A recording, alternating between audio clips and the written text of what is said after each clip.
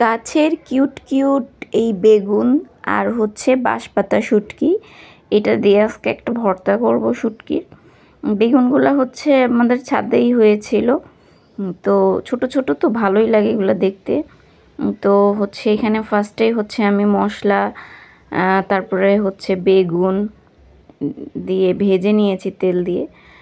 এটা হইতে বেশি সময় লাগে না, সাথে বোম্বাই মরিচও নিয়েছি, লেবুও নিয়েছি।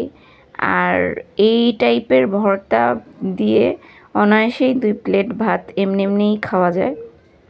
আর সাথে যদি লেবু বা বোম্বাই মরিচ একটু থাকে, বা যারা ঝাল বেশি খেতে পছন্দ করেন তাদের জন্য তো খুবই ভালো। তো এই শুটকিটা আমার কাছে অনেক বেশি প্রিয় এখন, মানে শুটকির ভিতরে এই বাঁশপাতা শুটকিটাই আমার কাছে বেশি প্রিয়।